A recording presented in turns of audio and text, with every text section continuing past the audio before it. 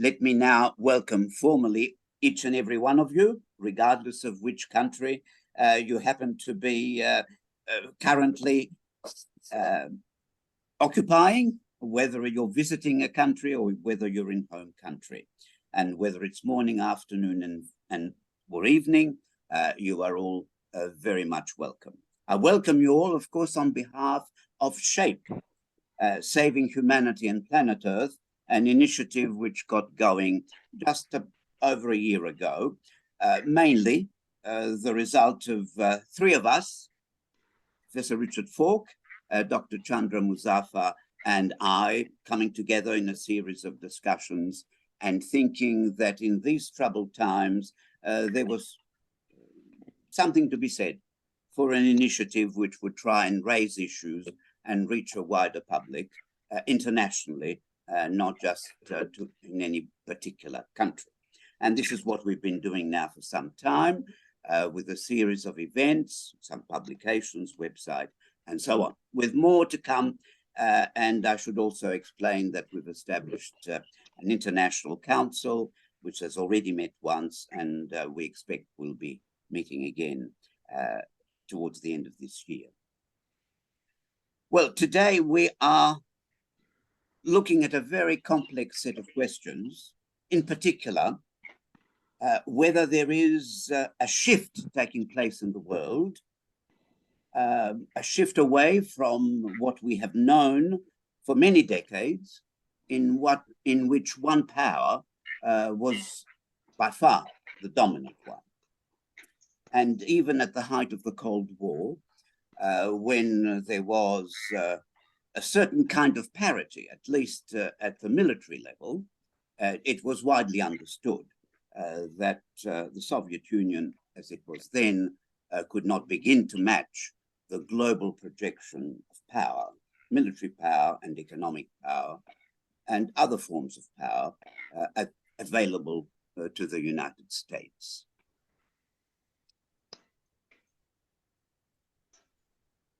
And so we're asking the question, is there movement away from this kind of world in which one center of power has been so dominant, despite the various organizations, including the UN, that were formed towards the end of, at the end of the Second World War? So that's the question before us, and it has implications for many of the conflicts that are currently raging. Obviously, the war in Ukraine, the conflict in Israel-Palestine, and what that might mean for the rest of the Middle East, tensions between the United States and China, which simmer and sometimes look like coming to the boil, and many other parts of the world where there are various forms of struggle going on in different contexts, but always with some implications for the global distribution of power and influence in the world.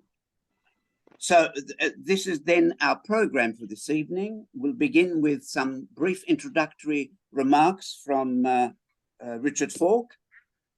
We will then move on to a conversation in which I will moderate, and I will invite our four guests, whom I will introduce individually shortly, invite them to address some of these questions. I will put a few questions at different times, including, of course, at the very beginning, but the idea is that the four guests will have a conversation amongst themselves, not just answers to my questions, however pertinent and probing my questions might be.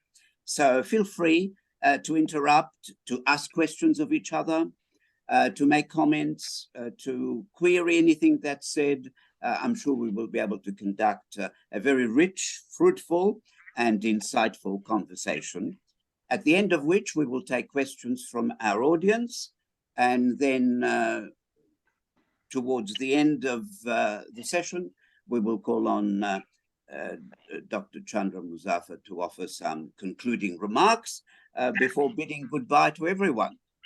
So we have quite a program, so we should really get going. The important thing to note is that there has been so much change so quickly that it's at times hard to fully grasp exactly what is happening. And with that as the background, a troubling sometimes, very troubling times, very troubling change. It's with that in mind that I ask Richard Falk, who is, I think, well known to everyone, the author of numerous books, who has held many academic positions and still does, and who has played a very important role, including in relation to the UN and the Palestinian question, and on so many other fronts, a well-known speaker, writer, and perceptive commentator on the drift in world affairs. So, Richard, it's over to you. Thank you, Joe, and welcome to everyone, our distinguished speakers and those in the audience. It's a troubling time, acutely so, for those of us that have been affected directly or indirectly by the horrible unfolding of events in Gaza. This is one of the most acute and transparent devastations of a people that has occurred in the period since the end of the World War II. It's in that sense, we're dealing with this underlying issue at a time of acute crisis and multiple crises. And the Ukraine war rages on. It's been backgrounded by the developments in Gaza, but people are fighting and dying, and the talk of escalation and nuclear danger continues in the context of Ukraine. And SHAPE was initiated in part because of our concerns about the unpredictable future of the geopolitical dimensions of the Ukraine war. We also have to take note of the fact that the UN, that was set up as a war prevention institution for the benefit of the peoples of the world, has proved to be helpless in the face of these multiple crises, that it has been stymied by the geopolitical primacy that was written into the charter in the form of the veto given to the victorious powers in World War II, which also happened to be the most dangerous countries in the world. So it's an irony that war prevention as the goal was implemented in a way that exempted those with the most power and capabilities from adhering to this framework of law and morality. It is also a time when we look toward these underlying patterns that may be emerging in a way that gives at least a glimpse of hope that the future can overcome the perils of this unilateral or unipolar world that has emerged after the collapse of the Soviet Union and created an aftermath of the Cold War that in many ways has degenerated into something even more frightening and but augmented by the fact that there are ecological crises on top of these political and geopolitical confrontations. So with that as a few random introductory remarks, I look forward to the presentations of our panel that we are very happy to have here with us today. Thanks very much, Richard. And I'm sure we'll be coming back to some of those issues that you've already highlighted in the course of the next hour or two. So now what we're going to do is we're going to engage in conversation our four guests, whom I'll introduce one at a time. And the first question I'm posing to all four of them is this. Are we beginning to see a shift away from what's been called a unipolar world, in which one center of power and influence has exercised dominance, the United States, as we all know? Are we seeing a shift away from this? Is there anything like a multipolar world emerging? If so, what do we think of this transition? Is it likely to be a turbulent one? We're seeing plenty of turbulence right now. And will a multipolar world, if it comes to pass, a fully fledged multipolar world, be able to deliver a more just world order than we now have?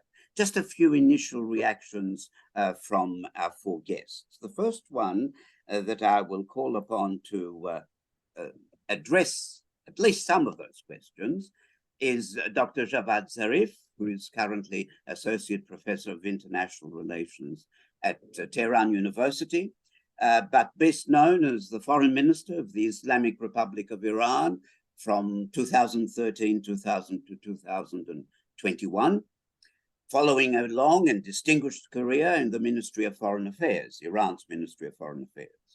He served at different times as Iran's permanent representative to the UN, chairman of the 6th Legal Committee of the 47th UN General Assembly, chairman of the UNESCO Cultural Commission, member of the group of eminent lawyers to amend the Charter of the Organization of Islamic Conference, vice president of the UN General Assembly, chairman of the UN Disarmament Commission, and much else. He is an author of several books and papers in English and Persian on various issues directly related to what we're discussing: multilateral diplomacy, international organizations, disarmament, and a range of other political security issues. So we wait to hear with anticipation of what you have to tell us about that simple question I've just posed. Dr. Zarif. Well, thank you, and it's a great honor to be with you and such a distinguished panel today. I cannot say morning or afternoon or evening or night or whatever, but it is, as you Australians say, good day. It's a good day. Of course, we are in the midst of a troubling humanitarian disaster in Gaza, which makes it a bad day for the international community, in fact, to go through such horrendous crimes with very little reaction from the international community. I'm happy to see that yesterday the United Nations General Assembly at least passed a resolution which to some extent at least would remove the ugly spot on the record of the United Nations presented by several weeks of inaction by the Security Council. Now, I think the question that you're addressing is first and foremost a cognitive issue and a cognitive problem at the international level.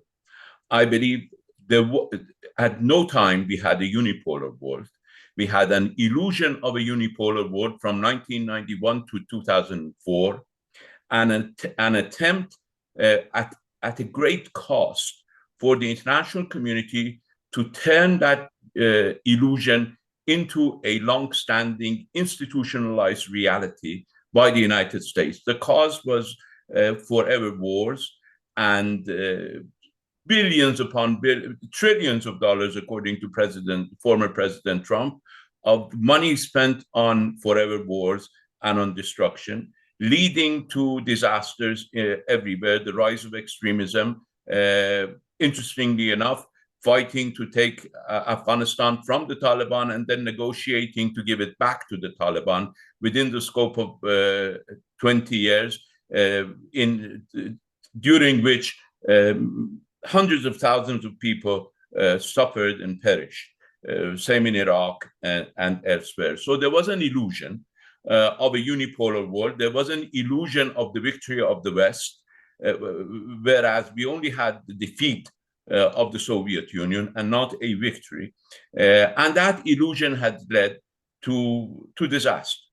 Now, the fact that we have emergence of new powers, a shift in global power balance from the Atlantic to the Pacific, the fact that we have had many new players in the international community, including non-state actors, and non-state actors are not just groups that are acting, but companies that are producing artificial intelligence, companies that are producing artificial intelligent weapons, which can act even as weapons of mass destruction if you go through the possibilities and capabilities of some of these weapons that individual corporations can produce outside the competence of any single state. The fact that President Biden only a few weeks ago had a private meeting with companies dealing with artificial intelligence, trying to somehow attract them to operate within the competence of the United States, and in the same vein of trying to use this new area of technology as a means of global dominance and influence. All of this indicate that we never had a unipolar world, that we are moving towards a multi-layered world, which more than anything will be a network society where loyalties will not be devoted to a single power. And in my view, it would be a post-polar world. So I think the attempts to create a unipolar hegemonic world have already failed. The attempts to create a multipolar world, except in few domains, will not succeed because the states are no longer the sole actors in this world. The states are losing not only monopoly, but are even losing predominance in global affairs. Whether this coming world order situation is going to be a more just world order is for anybody to guess. It's because every individual has become an important actor, because the structures are now fluid and agents are becoming more and more capable of impacting. The fact that the international media, particularly Western media, has not been able to tell the story or to impose the Zionist story on the rest of the world, the fact that people are getting to grasp what is really going on in Gaza, in spite of the efforts of global media such as CNN, BBC, Fox News, and others. The fact that social media is becoming more and more active in presenting a more realistic image of what is happening in Gaza. All of these indicate that individual human beings are going to be extremely important in what is to come. And I believe that puts a great deal of responsibility upon all of us to move towards a better world, to understand our power and to understand our ability to change and to have an impact, and don't just give it up to states who may not be acting in the interest of the rest of humanity. Although you're gone, oh, you're back. Okay. So I end it here. Thank you so much. We'll be coming back to you to develop some of those ideas in greater depth as we go along. Thank you for that. Sure. Now I want to turn to Professor Wang Huiyao. He's the founder and president of the Center for China and Globalization. He is a former councillor to the China State Council, more or less China's cabinet, if you like. Vice Chairman of the China Association for International Economic Cooperation under the Ministry of Commerce, Director of the Chinese People's Institute of Foreign Affairs. He has many other roles. He has served at different times as steering committee member of global governance for the digital ecosystems, the Paris Peace Forum, Pandemic Action Network, Metropolis International.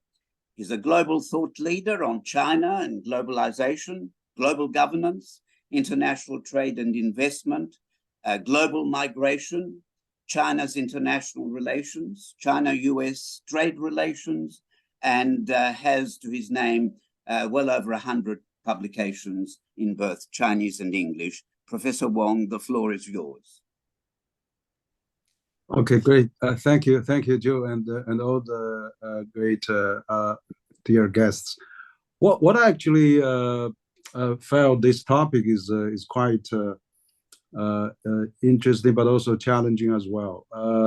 I think the world actually, since the Second World War, we have some kind of global, war order. I mean, it used to be led by the West. Particularly the U.S. I mean, the Bretton Woods system, which I think has played an important role in terms of bringing the trade, the investment, the World Bank, IMF, and WTO, and all those institutions, has played a lot of role. And I think China has been part of that huge development and benefit from that. But I think as time goes on, certainly, this.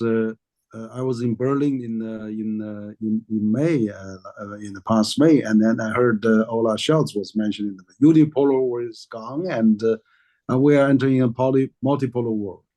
So what I think is that what he mean by that is of course there's more players now in the international arena. I mean, for example, for China, I mean. 5 years ago, before China was opening up, China, falling behind many other countries, and now China has suddenly become, after reform opening up, become the second largest economy, and in many categories, China has also developed in a very fast way, like lifted 800 million people out of poverty, represents 70% of global poverty reduction, and is during that time, but also fulfilling SDG #1 objective ahead of the time for 10 years. So what I think is actually now, because of the world actually is seeing, we have the economy, development, trade, everything has gone into a more developed for many other developing countries as well, and so there's many emerging economies.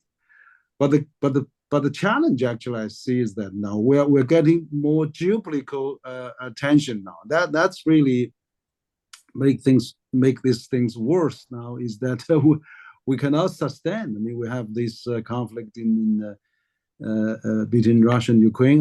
We have this conflict in between Israel and Palestinian and Hamas there, and so I think that that's really there could be more. We see tension across the Taiwan Strait from time to time. We see also North Korea, South Korea is also getting very attention from time to time. So I think there's really a challenge for all of us. What I felt is that I think that certainly we need a multipolar world, and then we need to really strengthen the economic globalization, which I think has been the main track for the last 70-some years. I mean, the prosperity, the trade, and the investment has been increased hundreds of times or several hundreds of times, and then we need to really keep that momentum. So that's why I'm thinking that for China now is really not busy building those security lines, as Blinken was building alliance, but China is busy building economic alliance. China launched the Belt and Road Initiative. China set up AIB, Asian Infrastructure Investment Bank. China joined the RCEP, the largest free trade agreement, and China is planning to join CPTPP and DIPA, and China has also launched a series of economic cooperation summit with China African Summit, China Latin American Summit, China Middle East, Arab Summit, China Central Asia, and ASEAN, of course, was already there with RCEP. So I think that kind of a push for economic globalization, which is, I think, probably is the way we have to strengthen, have a more fair representation in World Bank, IMF, WTO, and all those things. And also, I see BRICS countries play a big role. I mean, now we have added a new 6 countries into BRICS. That's because I think there's another 20, 30 countries still lined up to, likely to join in the future. Is that because this is economic alliance that really makes sense, that really generate a lot of benefit for the world, for the developing countries, and for the global south. So I really think that kind of approach is probably the future world, future global governance, and future in a multipolar world should have. We're getting into some kind of multipolar world, but then we haven't got a multipolar world governance system to sustain that, to support that. And that's where all the conflict comes from. So I think this could probably take another 10, 15 years to sort things out, and we need to really how to see how we can work together. For example, we have some consensus now since China started the Belt and Road Initiative. This has stimulated the U.S. to build back better world, stimulated the EU to say EU global gateway, and stimulated India to put the India-European corridors through Middle East. Great. I mean, everybody does this infrastructure now, but let's really coordinate somehow. Let's get the World Bank, AIB, ADB, FTB, and everybody to work together. So I think we're lacking that. I hope we could have some economic alliance to really strengthen the world, and so that the multipolar world is not falling apart. I have some substantial support to sustain that. Thank you. Thank you very much. You've given us an insight into the economic dimensions of globalization and what that could mean in a more cooperative framework. Okay, well now let me turn, if I may, to Phyllis Bennis, who is a fellow at the IPS in the US, directing the New Internationalism Project, IPS, the Institute of Policy Studies. She focuses on the Middle East, US militarism, and UN issues. She's also a fellow of the Transnational Institute in Amsterdam. In 2001, she helped found the US campaign for Palestinian rights, and more recently spent 6 years on the board of Jewish Voice for Peace, where she now serves as its international advisor. She works with many anti-war and Palestinian rights organizations, writing, speaking across the US and in other parts of the world. Phyllis has written or edited some 11 books, maybe more, but 11 at my last count. And among her latest, the updated edition of her popular Understanding the Palestinian-Israeli Conflict, which was published in 2018. She's the author of several other books, as I've said, including Before and After US Foreign Policy and the War on Terror. Okay, Phyllis, it's over to you. We'd love to hear what you have to say about these global trends that might be emerging. Well, thank you very much, Joseph, and thanks to SHAPE and to everyone who's joined us today. I will join Joseph in recognizing the Anacostan and Piscataway ancestors of the land where I sit today in Washington, D.C., recognizing also the genocide that left them as our ancestors. And today, of course, the Palestinians, the indigenous people of their land, being subject to genocidal attacks. I think this is shaping much of what we are talking about today. On this question, whether we're moving towards a multipolar world, I think there's no question. I disagree some with Javad that this was an illusion of unipolarity. I think it was very real and remains very close to real in a very powerful way in terms of both economic and military power unparalleled in world history. But it is no longer unchallenged. I won't go through all the examples. We all know the examples of challenges to US power in the economic, diplomatic, cultural arenas, and now in the military arena as well. China rising as a global power, regional powers emerging in other parts of the world, certainly within BRICS, not only. Competition among and between regional powers is on the rise. But I would say that the existing power of the United States, unfortunately, remains dominant in the world. The Israeli assault on Gaza is good evidence of that, despite the General Assembly vote that has meant nothing in terms of providing any kind of slowing even to the Israeli assault. And the U.S. guarantees of impunity for Israel in the UN context, at the International Criminal Court, in all of those ways, as well as providing both financial and military backing for the Israeli assault, means that the diminution, if you will, of U.S. unipolar power is a slow, very slow process. When we look at climate, the U.S. refusal to move in the ways that are required, as is the case with pretty much every other country in the world. No country has done what they need to do. Some countries have done better than others, sure. But have any countries actually made the kinds of full decisions that are very tough to impose for sure, but none have. There have been moves towards that, the moves to keep the oil in the soil, the moves to stop all mining in some countries have gone to great lengths to help the climate, but we're still facing a climate catastrophe. I think this comes back to some of the questions about this being an era of state power, an era of nation states. The struggle between states does not guarantee that people's rights will actually be protected. And I think, we can look at whether multipolarity is, in fact, at the moment, a new name for rising opposition to U.S. imperial power. That's fine. And I agree with Javad about the role of non-state actors, but I think we have to be very clear that right now, the only ones with significant influence or even access to positions of power are multilateral corporations, not human rights organizations, not climate activists.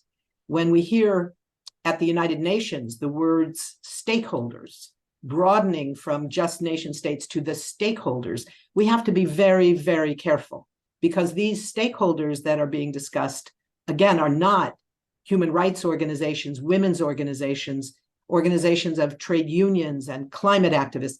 We're talking here about stakeholders who are corporations.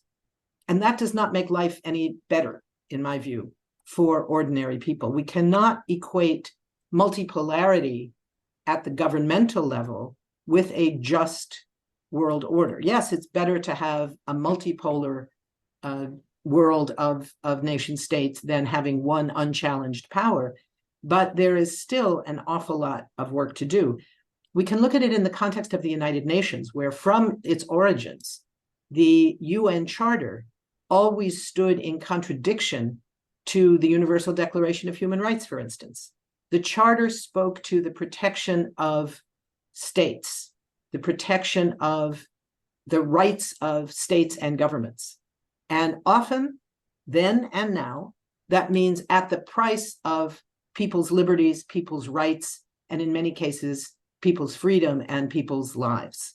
So the question of what happens when governments that routinely violate human rights of its own citizens as well as others, and I would say all of us on this call come from countries that have done and continue to do all of those violations, some worse than others, my own at the top of the list, certainly. But when we look at this contradiction between the rights of states guaranteed by the Charter, not well, but somewhat guaranteed, and the Universal Declaration of Human Rights, I think that we see where people's lives are at stake in a much more powerful way, regardless of the level of the struggle for multipolarity. By itself, it may be just for nation states to have a thoroughly multipolar world, but that's no guarantee for the rights of the people in those states. And that's why we need a continuing struggle for equality, for human rights, all human rights, whether it's economic, social, and cultural rights, or whether it's civil and political rights, and for real democracy, not just democracy for a few, not democracy for those who are privileged. And I would say that none of our countries have done an even sufficient job, let alone a good job, at guaranteeing those human rights. Human rights remains the fundamental violations that we're seeing of people's lives today. It's the fundamental challenge to the genocidal attacks that are going on against the people of Palestine right now, certainly in Gaza, but also in the West Bank and elsewhere in terms of the rights of refugees that are being denied. In all of those ways, these are clear violations of not just human rights in principle, but specific United Nations decisions and international law. And yet they continue because the world's biggest, strongest power, militarily and economically, the United States, protects it. So as long as that is continuing, I don't think we can say that there is not a unipolar world still in existence, even though it's a moment when it's being challenged. Thanks very much, Phyllis. It's nice to see there is at least differences of emphasis in the way we are interpreting what's going on at the moment. Now I'd like to turn to Dr. Victoria Panova, who's the Vice Rector of HSC University, an expert at the Russian International Affairs Council. She has been at different times previously Provost for International Relations of the Far Eastern Federal University, Scientific Supervisor of the BRICS Expert Council for the year of Russia's BRICS Chairmanship, Managing Director of the National Committee of BRICS Research, and earlier still Dean of the Oriental Studies Institute at the Far Eastern Federal University, and an associate and professor and deputy head of the Department of International Relations at the Moscow State Institute of International Relations. Her research is focused on multilateral institutions, including the G8, G7, G20, BRICS, new technologies and internet governance, sustainable development, and global governance. We look forward to hearing your perspective on the questions we're discussing. Dr. Panova. Thank you so much, Dr. Camilleri, for inviting me and actually for hosting such a very important webinar and discussion. Of course, not to discuss, not to research nowadays. It's been like 20 years ago that I've been looking into the G8, no longer. And one more thing that I'm dealing with, which actually goes very well with what Phyllis was striving for, and saying that we need to go. I'm also the Women 20 Sherpa for Russia, and in this way trying to solve this, this issue of what we look at state or we look at human rights and how we can put those at complacence, which is not always easy or possible. And I totally would support many things that she would say. And in fact, being the fourth, it's interesting that while there were different emphasis of all three speakers before me, I would support many of the things that were said earlier. Obviously, not many people would say that their unipolar moment, there is argument, whether it was for long, whether it was real at any time, but definitely the time when it started, when the United States started practicing more arrogantly its imperial powers, and when we saw this unipolar moment, at the same time, we saw the other currents, underlying currents of other powers rising, and thus, even though silently at that moment, but already challenging this moment. So if you look at China, for example, yes, it's changed, and there was a better relations from 1978 when the diplomatic relations were established. but China actually moved gradually but surely to become, I'm sorry, Mr. Wang, I think you're not number 2 economy, you're number 1 economy now.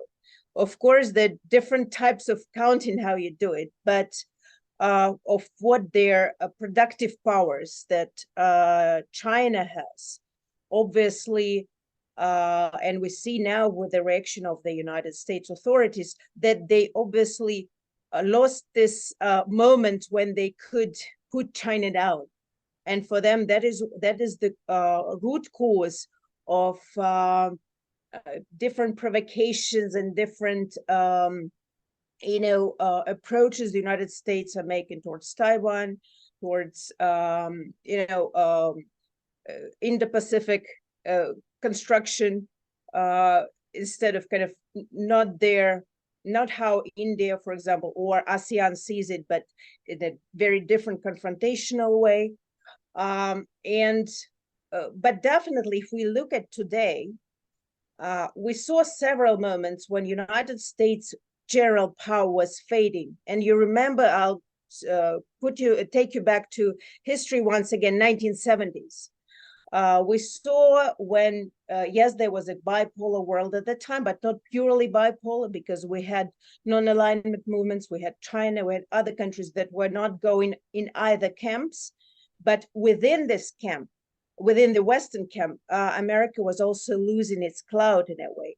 And they came up with the new suggestions of how to pull the Western, the Europe, United States, Japan, how to pull them together, how to act in order to go over energy economic crisis. You remember OPEC, 1973-74, how to keep the solidarity or Western solidarity counter to the Helsinki process that we had in a kind of détente between Western and Eastern blocs, and how to, in a way, actually finally win in the Cold War with their Soviet Union demising.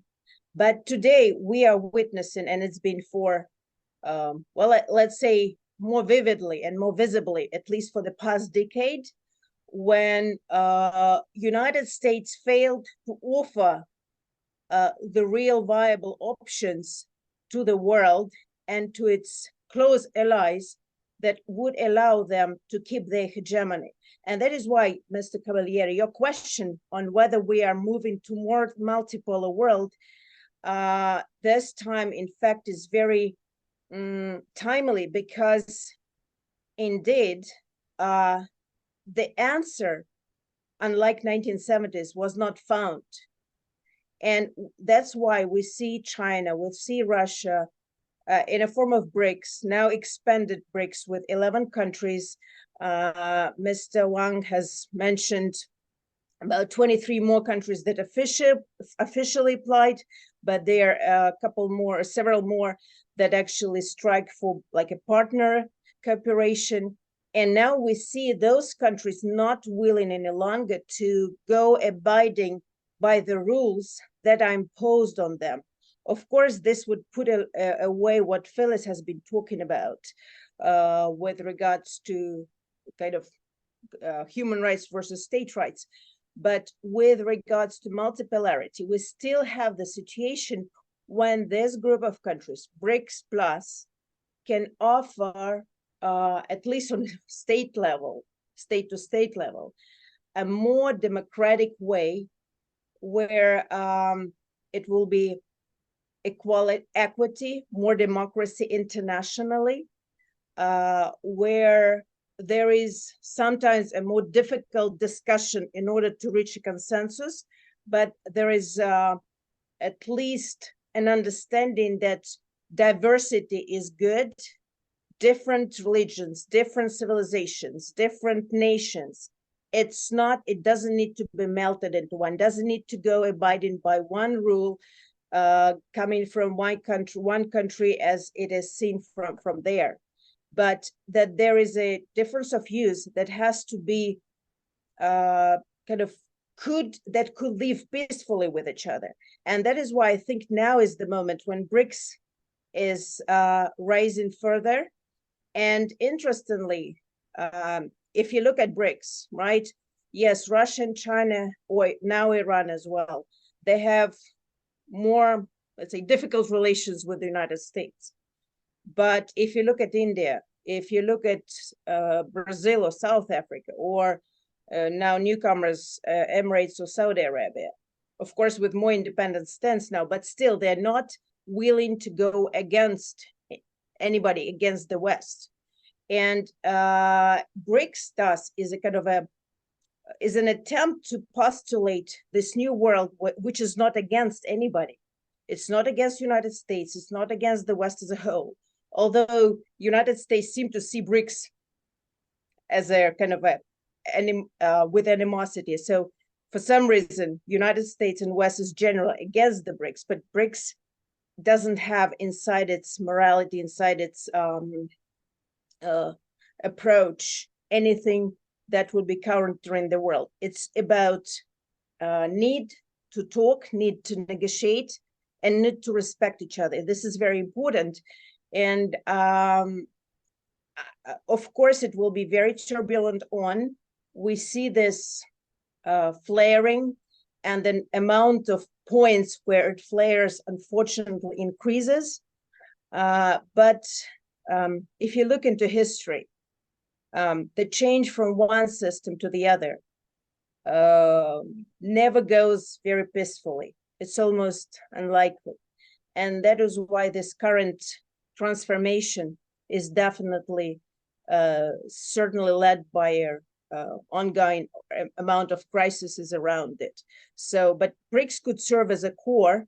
And I'm quite sure that if at some point United States or any European country or any Western, nation that would be willing to go together with the BRICS and their world majority, or global majority, as we call it, not just global South, then we could come out of the spiral of violence, spiral of turbulence, and go into difficult, non-ideal, but still a better world, multipolar world.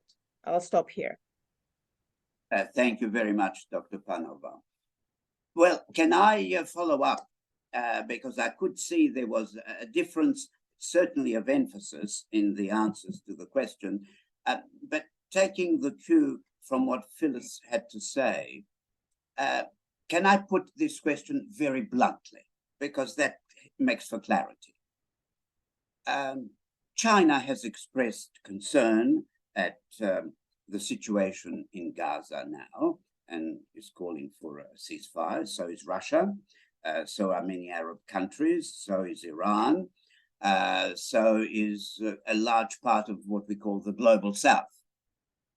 But the question I want to put crudely is, for all their concerns, which are words, are they able, either alone or together, to take action which can make a difference on the ground, and not in 20 years' time, but now?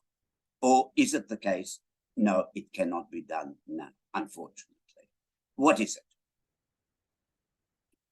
it? Is it the case that for all the re-emergence or rise, the re-emergence of Russia, rise of China, the greater self-confidence of many countries in the global South, states, nevertheless, when something brutal of the order that we're seeing in Gaza happens, there is not enough leverage at the moment to make a difference?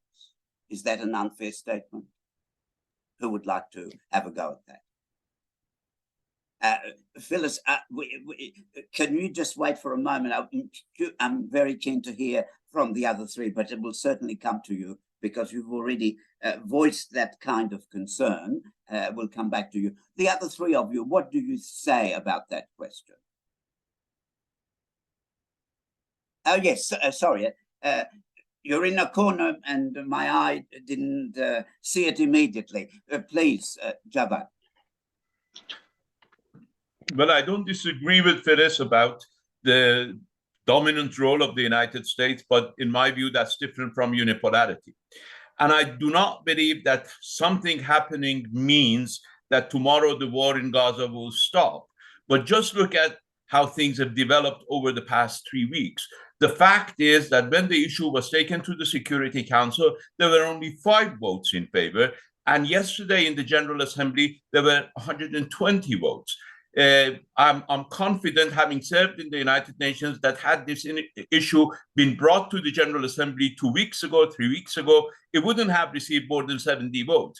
It shows that the social media, only Al Jazeera among the public media, are having an impact, that the United States and Israel and the West have lost monopoly of influence in the international community.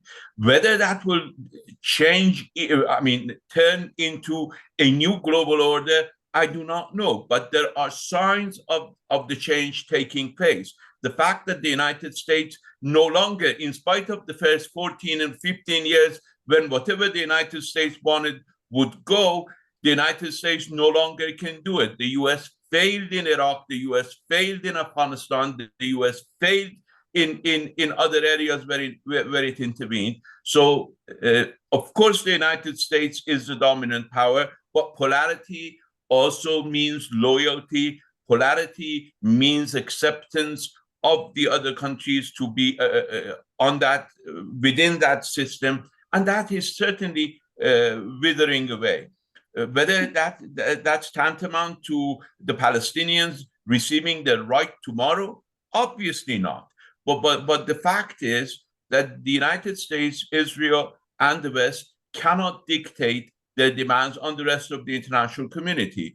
And the change of tone, the change of atmosphere over the past 3 weeks is indicative of the fact that they do not have control, and nor can they exercise that control. Now, there are many other forces that would come into play, which would make it impossible for any state or government, and again, to respond to Phyllis's concern about the rights of people versus the rights of governments, I believe people are winning in this struggle. I believe more and more, of course, multinational, corporate transnationals and multinationals still have the dominant voice. But look at non-state actors in the realm of security. Look at what Palestinian resistance can do. These are unheard of. The invincibility of Israel has been shattered to an extent that no state could have done it in the past. So these are important new developments, and we haven't seen the end of it yet. Phyllis, you did want to say, Dr. Panova, and then I'll go to Phyllis. Yes. Thank you so much. Well, if I got probably your question right, definitely, I totally agree with Dr. Zarif that now the community is very much changing, and the resolution that we saw yesterday with 120 votes in favor of stopping the ceasefire in Israeli-Palestinian conflict. This is extremely important, but I do agree that for the moment there are not many more options, even taken that we have the BRICS. We have a number of countries that disagree with where the US is trying to lead the world.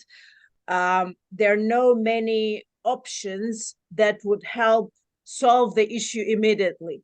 Yes, it is about, let's say, naming and shaming, ability to somehow push towards humanitarian openings, which still people are denied there. Yes, there are corridors that are opening there, but we still see this discourse when the hospital is full with kids and they're said that they should evacuate, and they're in reanimation. It's terrible, and not much actually happening.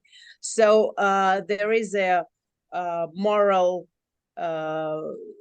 drive on the part of the global community, but in fact, if we look at physical, we cannot do much at the moment, at least if we don't want to start a global war. And this is important.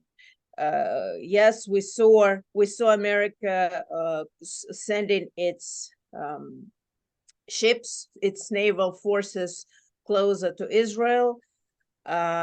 We see this quite harsh discourse, which doesn't look much even at the resolution of the General Assembly or any other approaches that are made. So in order to stop the conflict today or even tomorrow, probably not enough means or on the part of China or the BRICS as a whole or the global majority. So not too optimistic in this regard.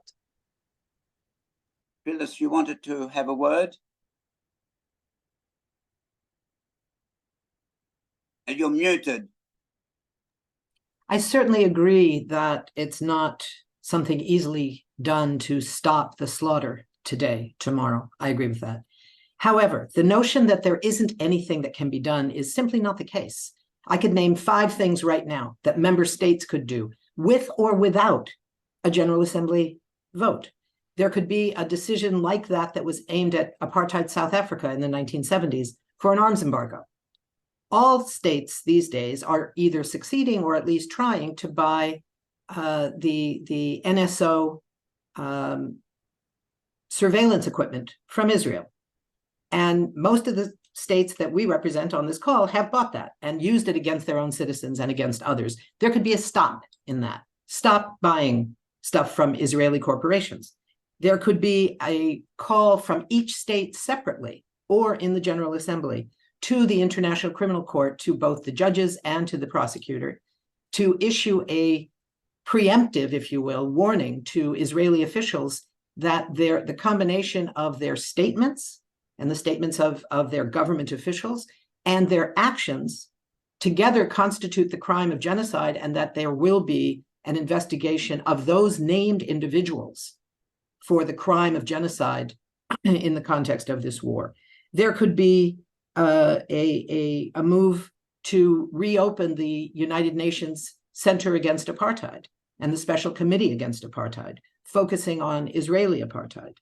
You know, there could be a vote in the General Assembly for protection, for the direct protection of Palestinian civilians. That could take a number of different forms, but the mere discussion of it in the General Assembly would have an impact.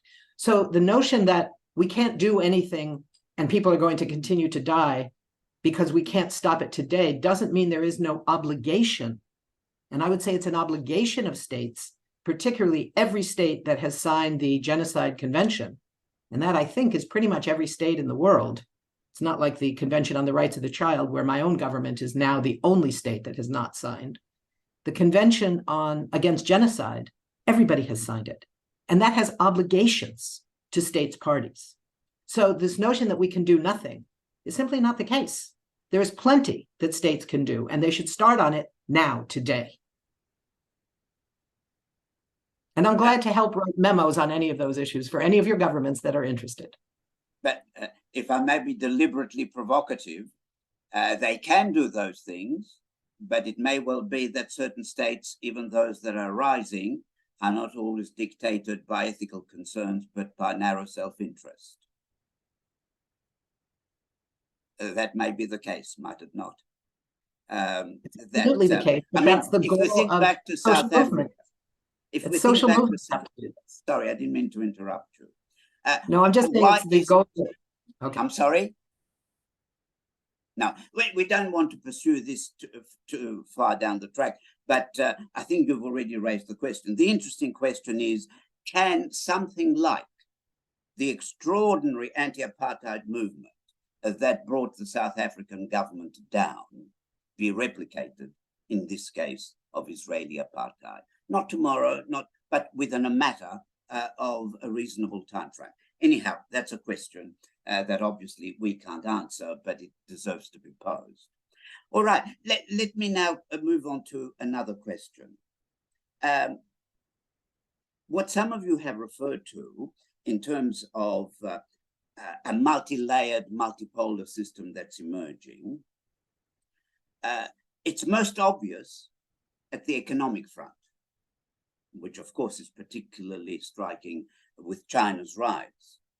But can that rise in terms of, let's say, the proportion of what the BRICS economies and some others constitute as a total of world trade or total of world production. Can that be at the moment or in the foreseeable future be replicated in diplomatic or military terms? Or is that unlikely in the near future, in the foreseeable future, the next 5 to 10 years? Can you see this economic shift, which is very striking and undeniable, somehow percolating through to international diplomacy in a highly striking way, and including in what actually happens on the ground in different parts of the world, Middle East today, parts of Asia tomorrow, and so on? Or do you think we are a long way from getting there, or perhaps this is not the way it's going to go? Any thoughts on that? Yeah, perhaps Professor Wang. Yeah, I could just add a point there. I think that the world, as time goes on, all those Gulf South countries or developing countries will be tired of picking sides, because we, on the one hand, we have all those geopolitical circles formed. We have Quad, we have AUKUS, we have Camp David, we have all those IPAF, all those NATO also expanded. So you can see there's a lot of geopolitical alliance formed up. But what I think that in the end, people don't want to join those particularly these geopolitical circles, but more likely to be part of these economic circles, and which is more open and inclusive. So what I can see is that BRICS being served as a very good example, because people sees that and people wants to join that, and then we are still getting many countries to be part of that, and BRICS are open. I agree. BRICS in the future, we could any Western country wants to be part of that, that'd be okay. I mean, this is inclusive. China is always inclusive. China said China's BRI can work with B3W, can work with EU Global Gateway, and let's all work together. So if we see that is really happening, let's use economic as a point to push back and to really stabilize the world. And let's go back to the prosperity and heavy trade and investment. Then everybody embedded in each other. Then we could have less decoupling the risk, and then decoupling the risk is the really prerequisite for really divided world, and then we're going to be probably into geopolitical and even Cold War, hot war. So I really think that it's important we pursue this economic globalization that it has a lot of setbacks, but let's have improve it, enhance it. And let's really have more inclusive globalization, which have all countries involved. And then let's, play more role, and China certainly can play a more active part of that. Yes, Dr. Panov. Well, I think Dr. Zarif was first, so probably I go after him because he raised his hand. Sorry. Okay, I'm not trying to. Please go ahead, Javad. Well, thank you, Dr. Panova. Well, I just wanted to follow up on Professor Wang. I believe the United States is and will remain, for the foreseeable future, the foremost military power. And that is why it wants to turn every conflict into a security conflict, every situation into a security situation. It tries to securitize international affairs. The answer is not to engage in that securitization process. The answer is to engage in other layers of global cooperation where zero-sum games, where zero-sum is not the name of the game. In the area of security, zero-sum and negative sum are predominant, whereas in other areas, zero-sum games are not necessarily the order of the day, and we should basically prevent the United States from imposing security and securitization on the rest of the world. And we have seen that all those who have started the war a war have lost. Now, with regard to Palestine and Israel, the war has been going on for 70 years. It's not as if the war started on October 7th, and the fallacy that Hamas started this war is just a fallacy. This war has been going on, and Gaza has been under occupation for many years and under siege for many years. So the fact is that playing in the area of security and securitization is a failed game. And as long as only United States and a few others want to play in this area and the rest of the world are playing in other areas, the United States is failing to achieve what it tried to achieve. It failed once from 1991 to 2004 to establish a permanent unipolar world. It was afraid of China. It was afraid of China's rise. And that is why the neocons from the 1990s started to push for the United States to assert its military capability in order to be able to establish a unipolar world. It has failed.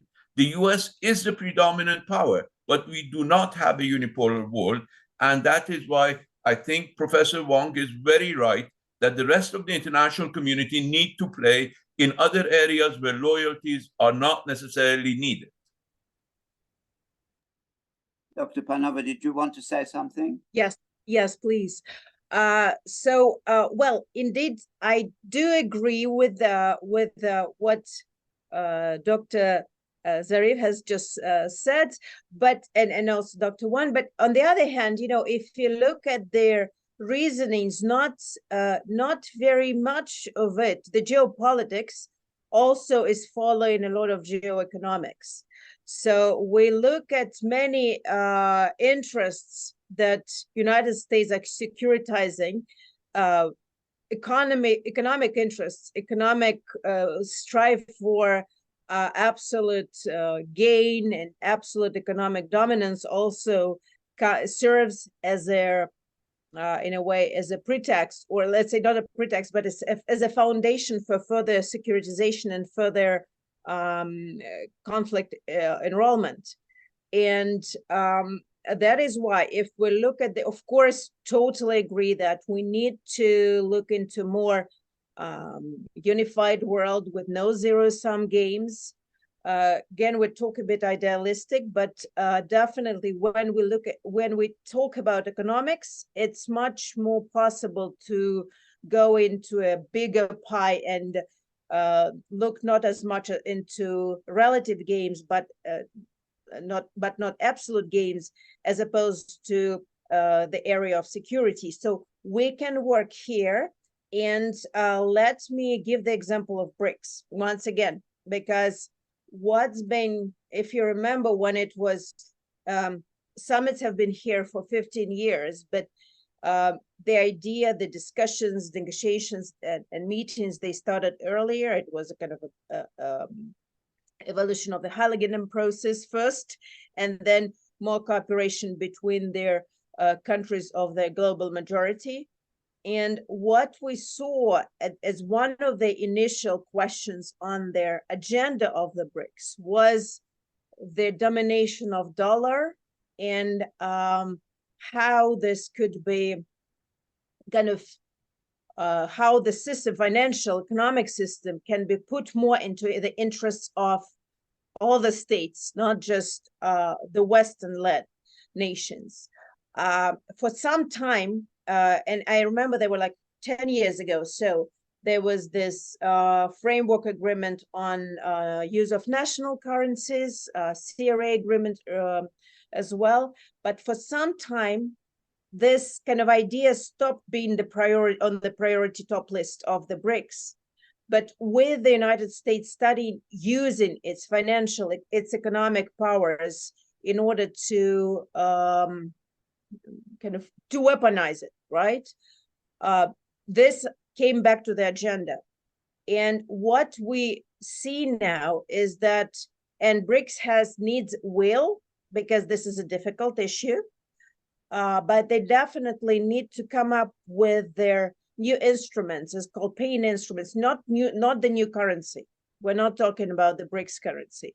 we're talking about their instrument that would help or ease or facilitate the trade between the countries that are willing, initially BRICS, but then not only, that are willing to have unhampered economic exchange between each other, not based on any dictatorship from anywhere, from dollar or from euro, but with their the situation where their currencies would be balanced and when they would be able to go past possible dictatorship on the part of the United States. So I think this is very prospective, and this would lead to a more stable and more harmonious economic cooperation environment, which would be one of the pillars for their incoming more stable world order altogether. Thank you. We need to also give our audience, at least some people, the opportunity to ask our four guests some questions. Hassan Al, you've been looking at any questions that may arise. Have we had any questions so far that we might put to one or more of our guests?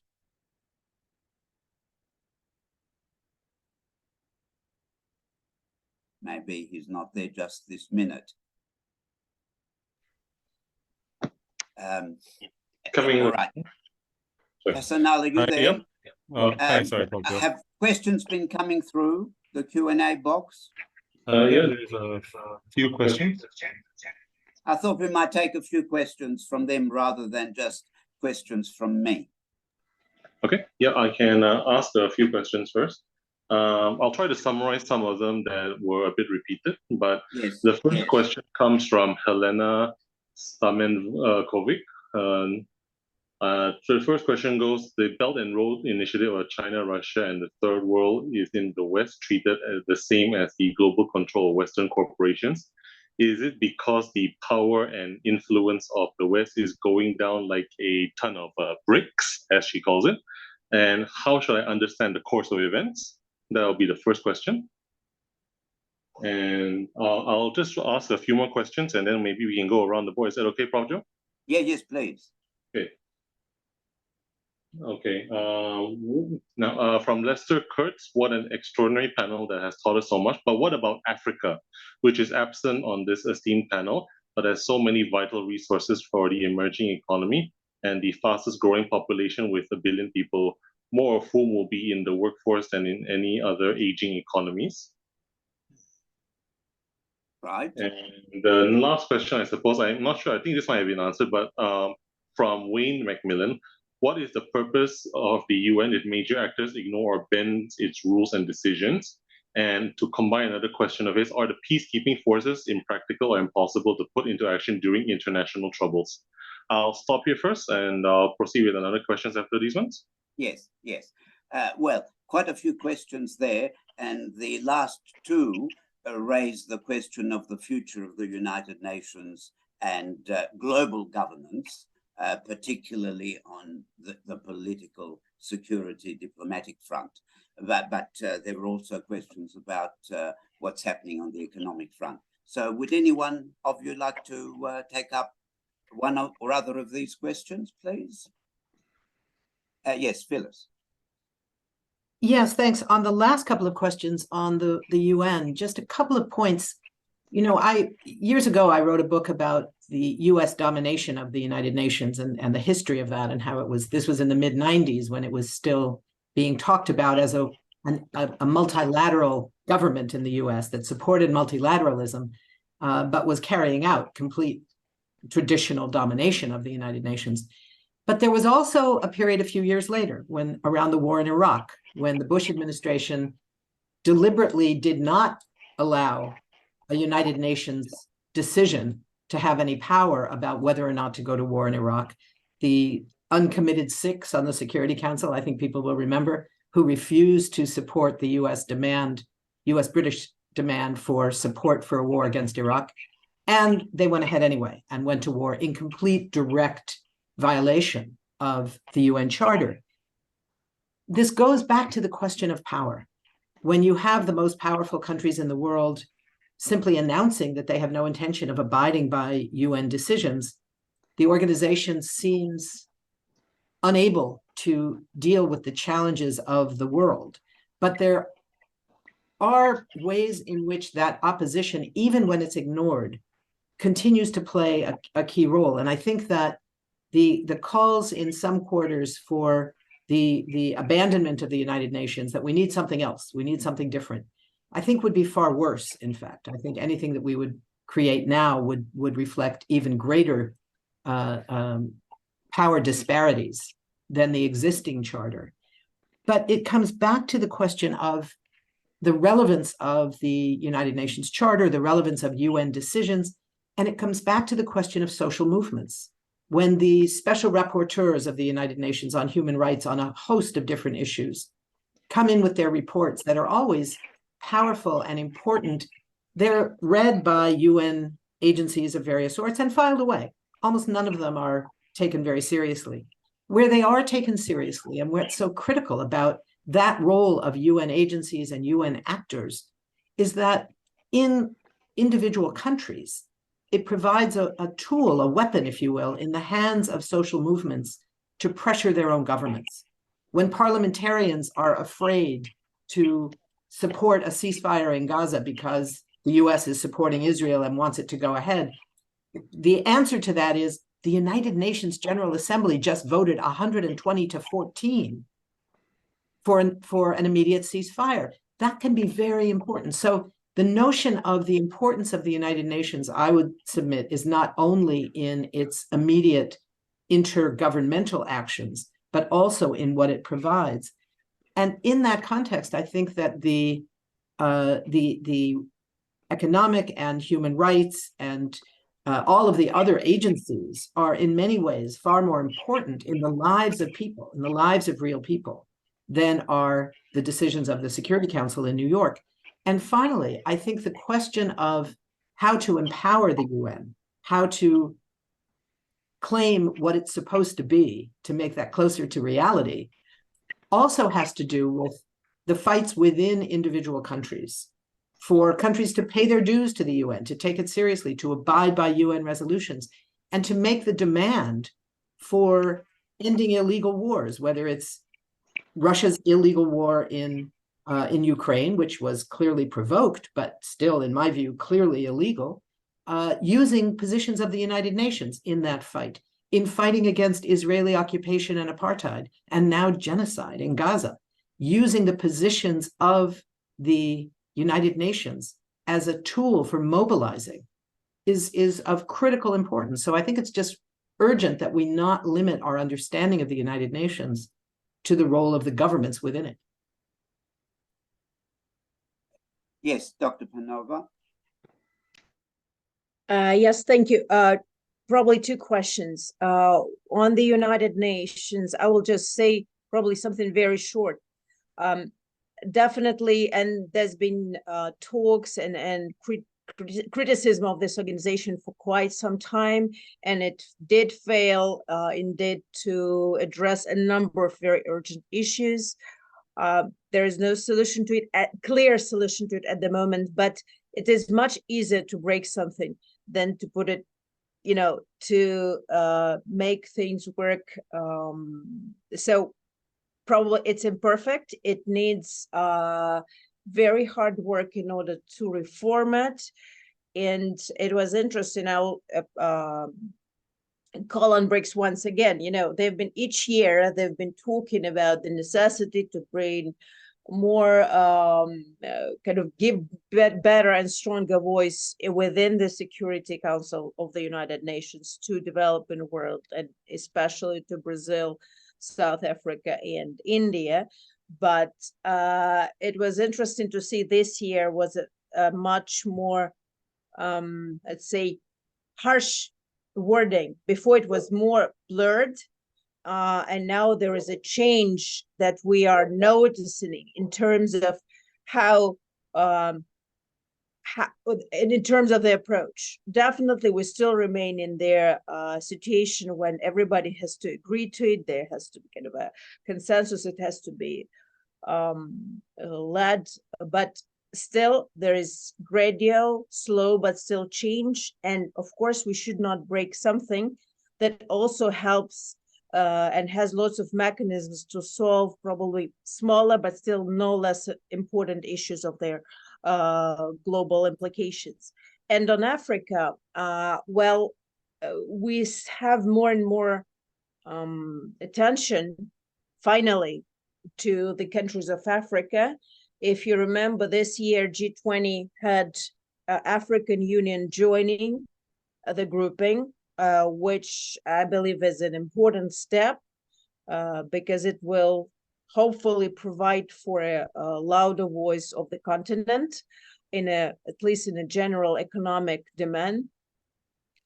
We have two more countries from Africa joining the BRICS. We have Egypt and Ethiopia. And interestingly, if Egypt is a stronger economy, Ethiopia is while being a headquarters to African Union, it has a poorer economic situation and would be thus able to bring more acute issues of the African continent to the table of the BRICS, which is important. So I think there is a finally more understanding. And at the very beginning, Mr. Wang has named China, Africa, and China, Latin America summits. We also had Russia-Africa summit this year, second one already. But what is important that Africa is no longer seen, at least by, let's say, global majority countries, as an object. And the changes that we're witnessing now in the structural power is vivid, and this would allow for more ideas to be coming from Africa and to be not only having ownership of Africa, but having an implication for it. I'll stop here. Javad? You're muted. Yes. I wanted to also deal a bit with the United Nations. I believe the United Nations, our expectations from the United Nations should be in line with reality. The United Nations is not there to change the power balance in the world. The United Nations is there to provide legitimacy in exchange for containing power. And I think it does that in a rather productive and successful way. It has done it throughout these years, and it will continue to do it. So if we expect the United Nations from changing the power balance in the world, we will certainly fail. But if we expect the United Nations to do what is best capable of doing, then it is quite possible for the United Nations to play a role. And I believe we shouldn't belittle the resolution that was adopted yesterday. The United Nations can, I mean, in the period of the illusion of unipolarity, I'm sorry, Phyllis, I continue to use that, but in those years, the United Nations reversed some of the decisions that it shouldn't have, including on Zionism. And I think it is important for countries to move. I no longer represent any country, but it is important for countries to move the issue of apartheid, the issue of racism, the issue of genocide. I think these are pertinent issues that the United Nations General Assembly, the International Criminal Court, the other institutions of the international community can take up in order to address the power imbalance in the world. And I think if we focus on that, then the United Nations can play a role. And here, Africa, as the largest bloc in the United Nations, the largest number of countries in the world community, and a continent that is fast on the road to growth and progress, can make a difference. And I hope the African countries can, in fact, play this role as they have done in the anti-colonial and anti-apartheid time. Javad, because of your long association with the UN, do you think there is scope for improvement in inner workings for reform of some kind, whether Security Council or other organs of the UN, or do you think that is a waste of time at this point to even try or contemplate it? Well, I never thought that the reform of the Security Council could ever accomplish a change in the membership of the Council because of the various interests that are involved, but a change in the procedural mechanisms of the Security Council, a change in the practice of the Security Council, more transparency in the Security Council, and issues of the kind can in fact be pushed. Some have, and now that any country exercising veto will have to come to the General Assembly and explain the reason they have exercised veto, is one step in the right direction. I think other steps can be taken in order to democratize the work of the Security Council a bit more. I doubt that the Security Council will ever succeed. I mean, the attempts to expand the membership of the Security Council because of the inner rivalries between various powers in India, Pakistan, Italy, Germany, others, I doubt that would lead to any positive conclusion anytime soon. So we need to focus on the working methods of the Security Council, of the General Assembly, of the Secretariat. It was really troubling for me that the Secretary General made the types of statements that he made during the first days of Gaza conflict. I mean, the Secretary General represents the entire United Nations. He should not be representing only Western countries. And I think more scrutiny into the work of the Security Council and of the Secretariat. You know that the General Assembly has the ability to scrutinize both Security Council and the Secretariat, because both of these organs of the United Nations report to the General Assembly. But the General Assembly takes this as a routine issue, just adopts a resolution without actually looking into the behavior of the Security Council. The General Assembly is the highest body of the United Nations, and it should exercise that power and that authority, where the Security Council will have to report to, and that report needs to be considered with greater rigor. Professor Wang, is there anything you want to add? Yeah, what I think is that I think the African, I mean, it's a really emerging continent with very young, very bright future ahead. I think that's exactly, we are seeing this Kinderberg trap there. I mean, we are seeing this. There's a global public goods. Really, we need to do more. So I'm glad that China had just finished this 10th anniversary of Belt and Road Summit, and then we have 150 country representatives came. That's a enormous number, and many of them are African countries. So what I think is that the African Continental Free Trade Agreement, like signed with China Globalization, just did 2 years ago, when it was effected with 64 ambassadors of African Union here in Beijing.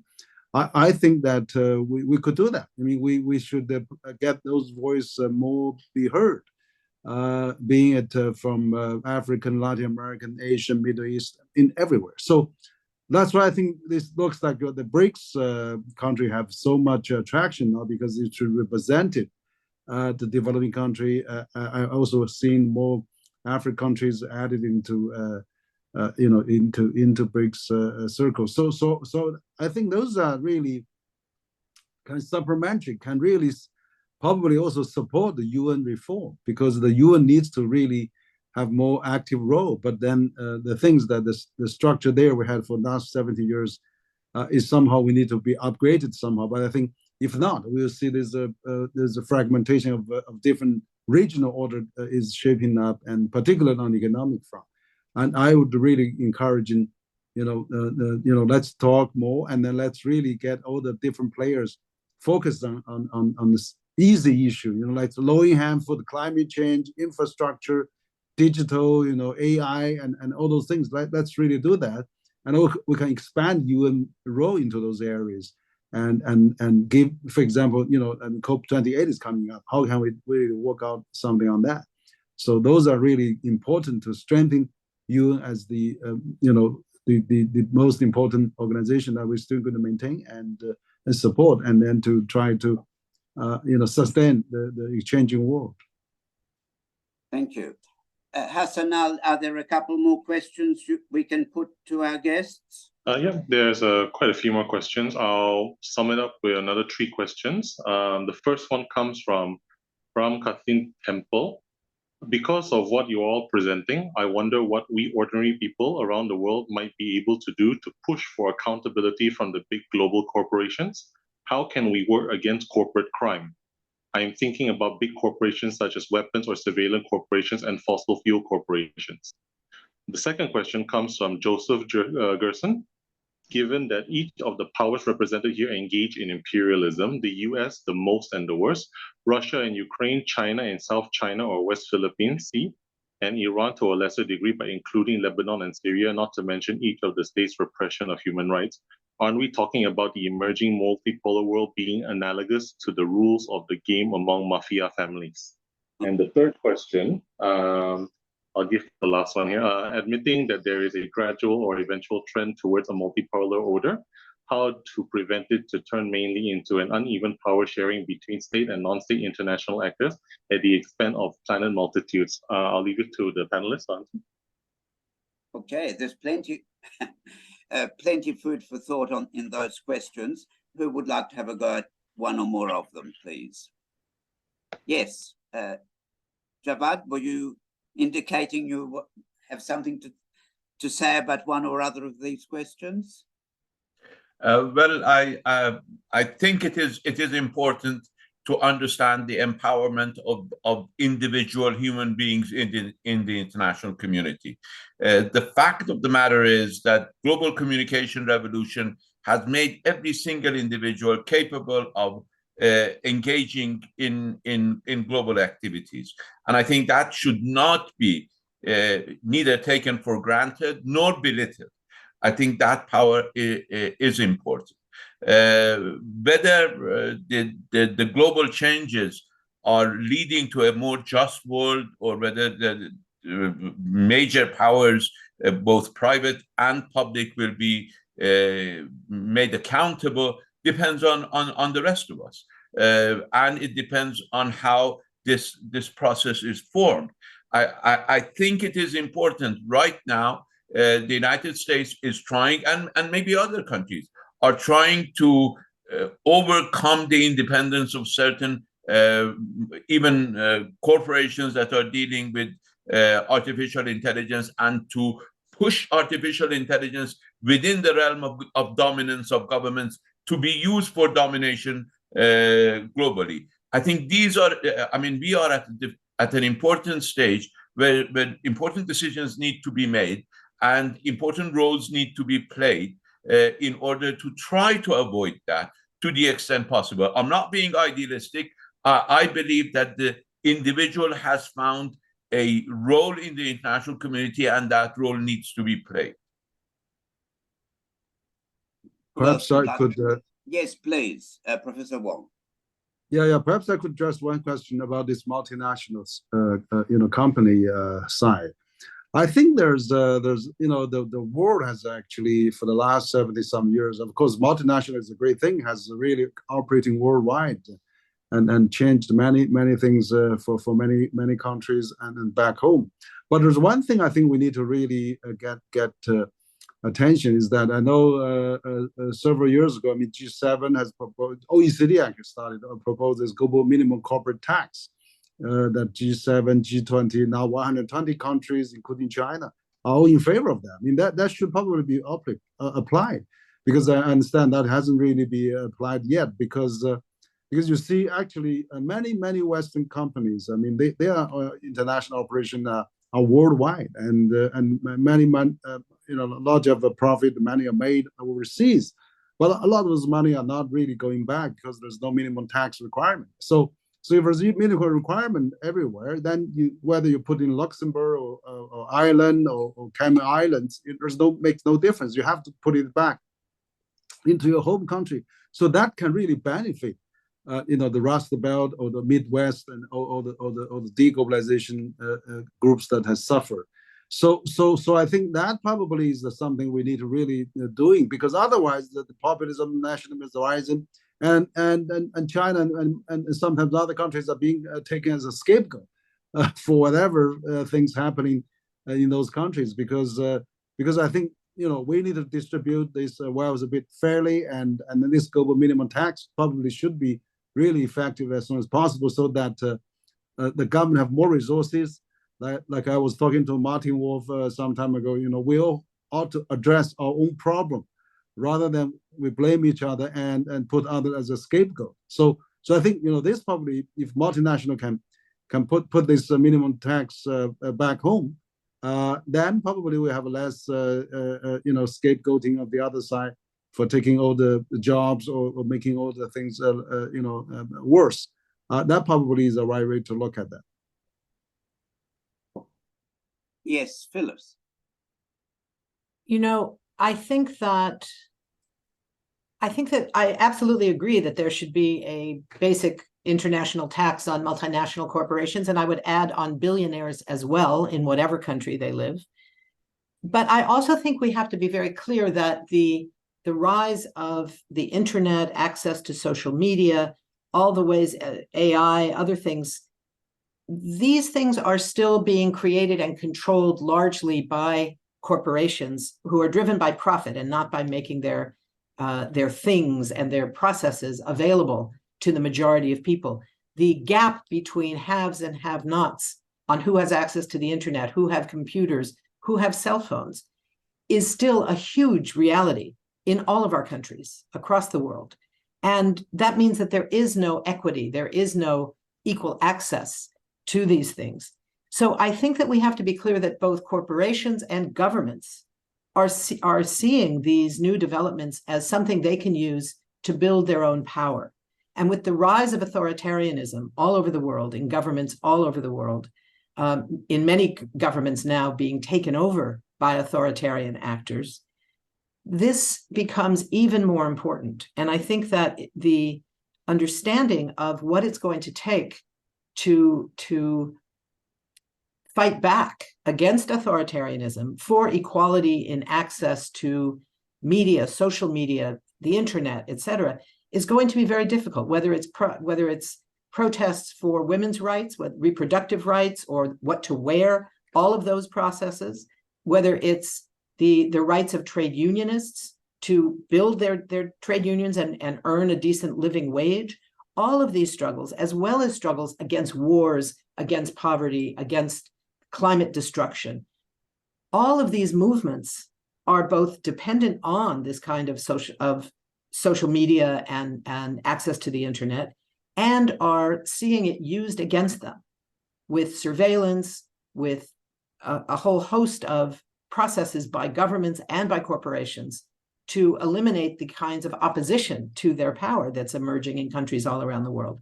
So for me, I think the issue is, again, the question of empowering social movements, recognizing that in many cases, governments are not the friend of ordinary people, and multinational corporations are almost never the friend of ordinary people.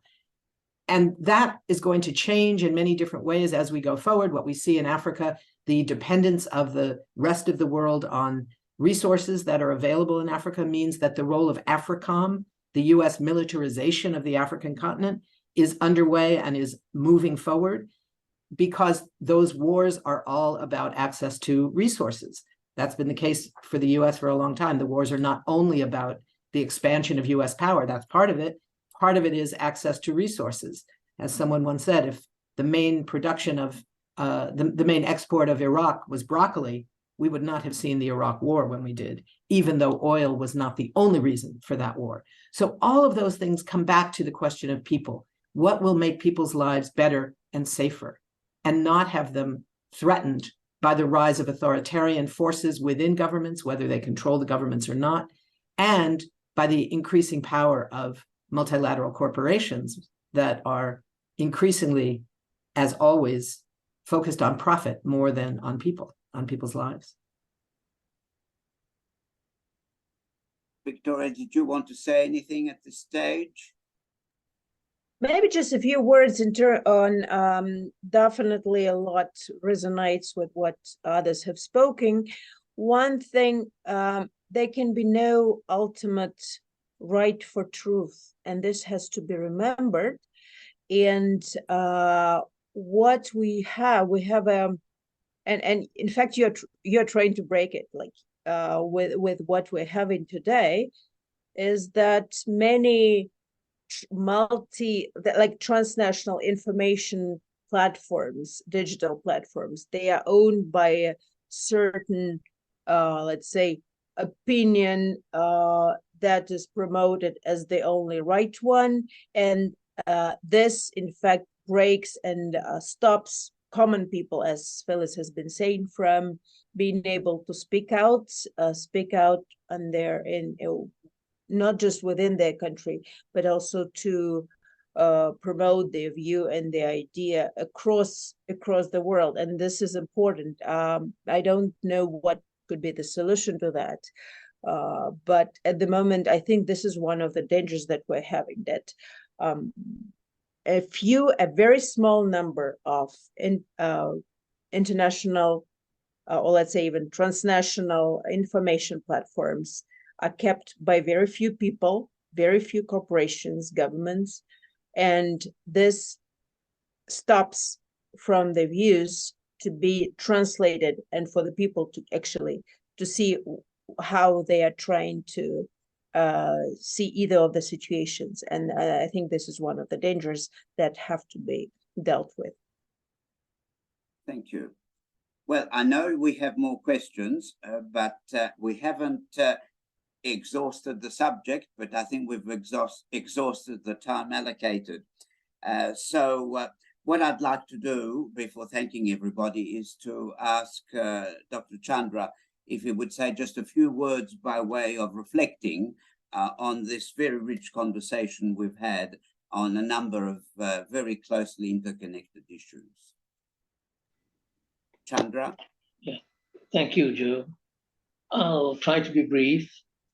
I'd like to make 3 central points connected with what has been discussed, but also perhaps attempting to go beyond what we have talked about. The first,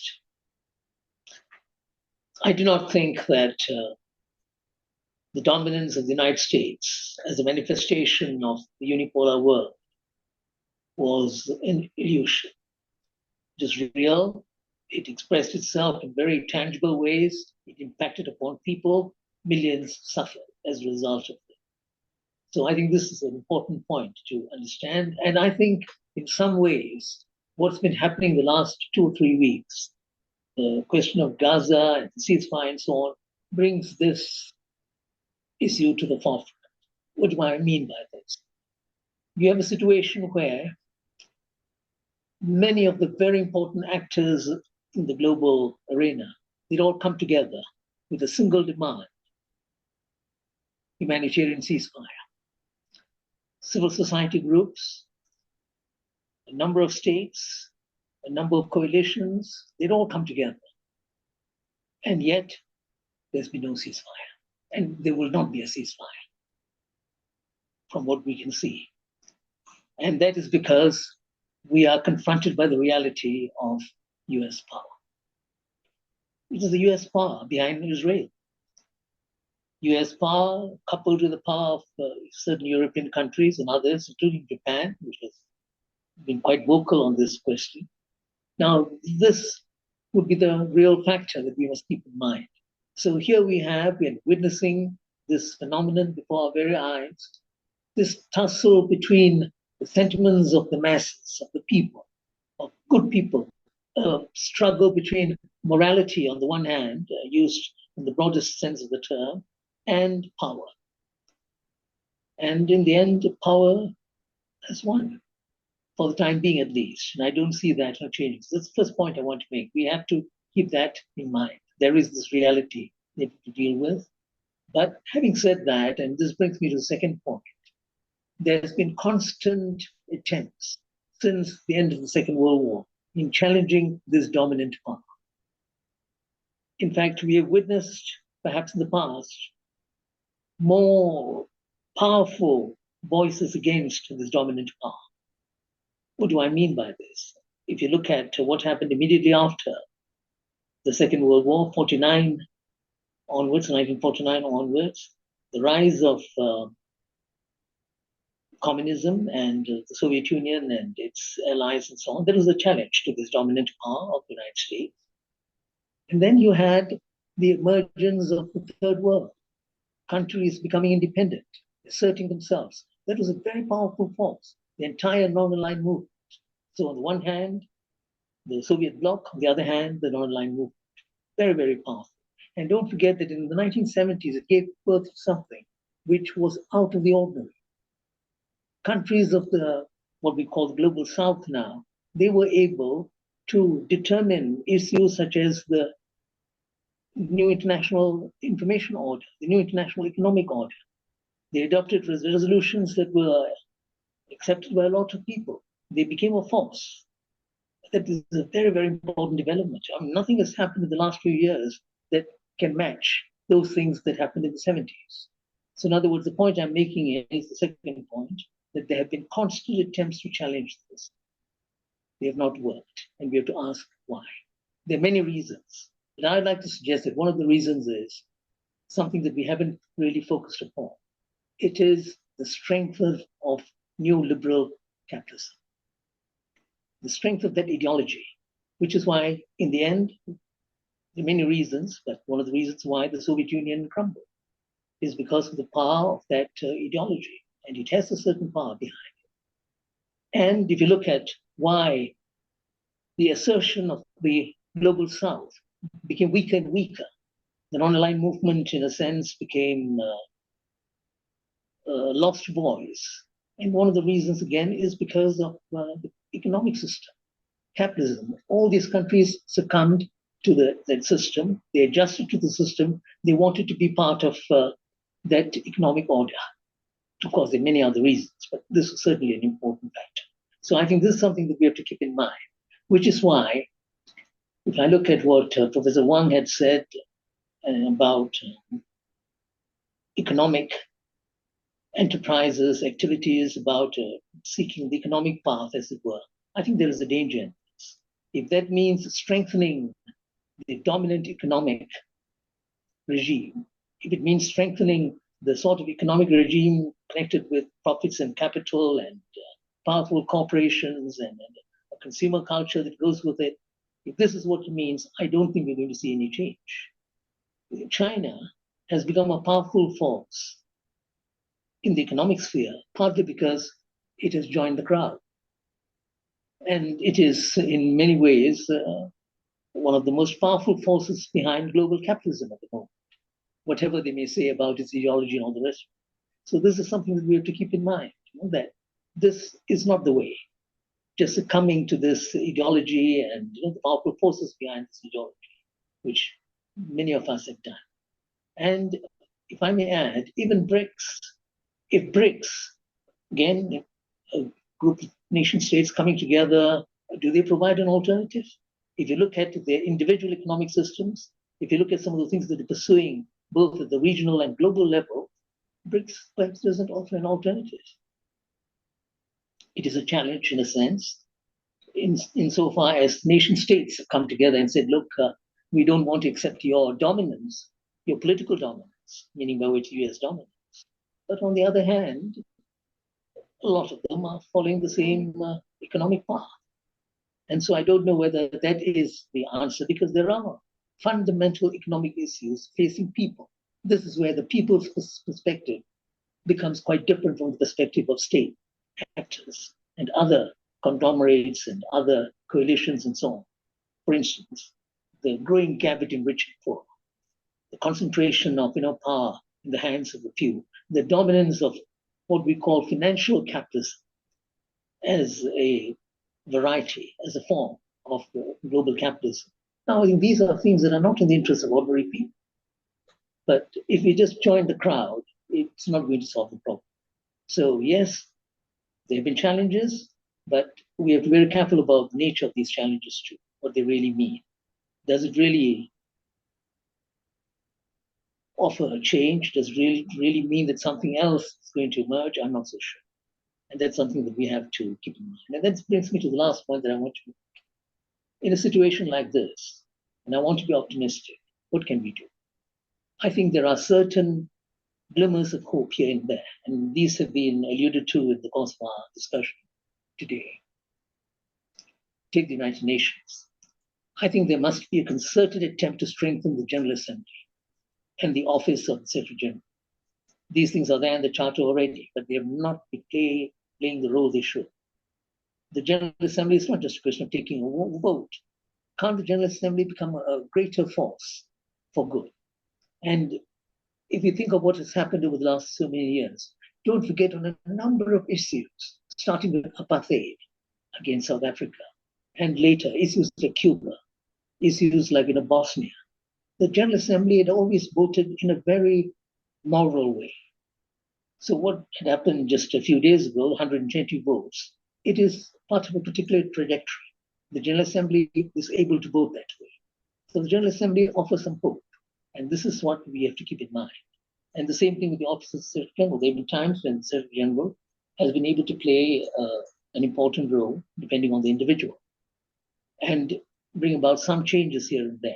So these are things that we should think about, rather than concentrate on getting rid of the veto, which is not going to happen, or changing the Security Council and so on. So the United Nations, not just the General Assembly and the General's Office, but the other agencies, I think one should push for changes along those lines. That would be one area that we should look at. Number two, I think it's equally important that we strengthen this notion of coalition building.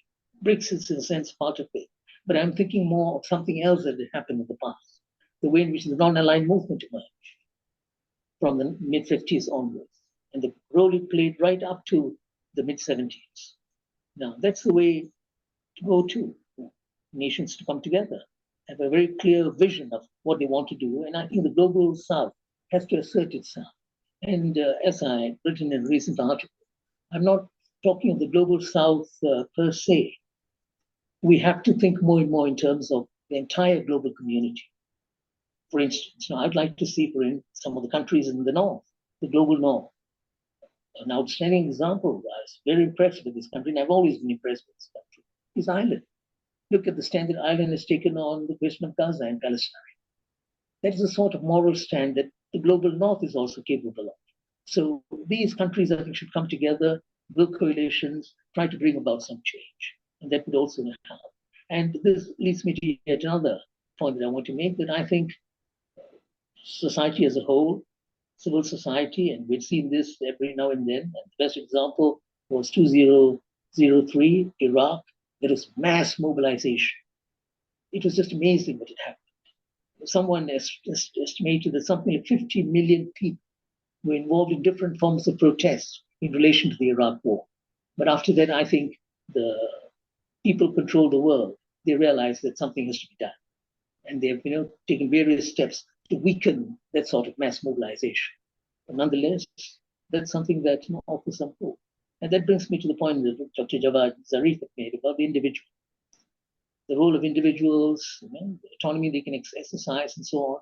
I think it is important, partly because of the new technologies and the way in which we can communicate with one another, like what we're doing now, what has happened for a number of years in different parts of the world. So I think these things are signs of hope here and there, where we can bring about some change, perhaps.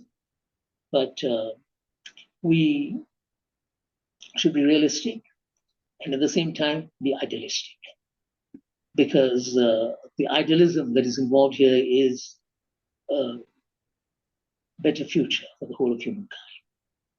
Overcoming some of these challenges which are really a blot on the human conscience. They are a blot upon our dignity as human beings. I see what's happening in Gaza as an example. A genocide that is so blatant, and yet we are not able to put a stop to it. Likewise, we look at things like poverty and growing gaps and all the rest of it, and increasing authoritarianism in democracies and non-democracies. These are things that we have to fight. And this is why I think the mobilization and the attempt to articulate an alternative, it has to go on and on. And, we have to encourage millions of voices to come forward and bring about the change that we desire. Thank you. Thank you, Chandra. I omitted to mention before introducing you that you are one of the three co-conveners of SHAPE, president of the International Movement for a Just World, and an author who has written a great deal, many books, and a great deal of commentary. And thank you for your concluding remarks. It just remains for me to thank our four guests, Phyllis Bennis, Javad Zarif, Professor Wang, and Dr. Panova. Thank you for your contribution. Thank you for making time available in your very busy lives, I know, and for sharing some of your insights. This is part of an ongoing conversation which must grow. We are just a little drop in the bucket, but out of many drops, we can fill many buckets. So thank you very much. We'd like to remain in touch with you and give you more opportunities to share your ideas and views and perspectives, and hopefully increase the level of, we didn't talk much about this, intercultural dialogue, intercivilizational dialogue, which surely must be one of the key hopeful developments of the next 10, 20 years as we see the world moving through not only a power shift, but as well as a cultural and civilizational shift. So I thank everyone, and in particular our audience who have contributed some very interesting questions, and we are certainly of a mind to keep closely in touch with you. And SHAPE has very ambitious ideas for the coming year and beyond, and I hope that all of you will be able to bring SHAPE's interests and concern to a wider audience. So thank you again, and wishing you all the very best in your future endeavors. Thank you. Bye.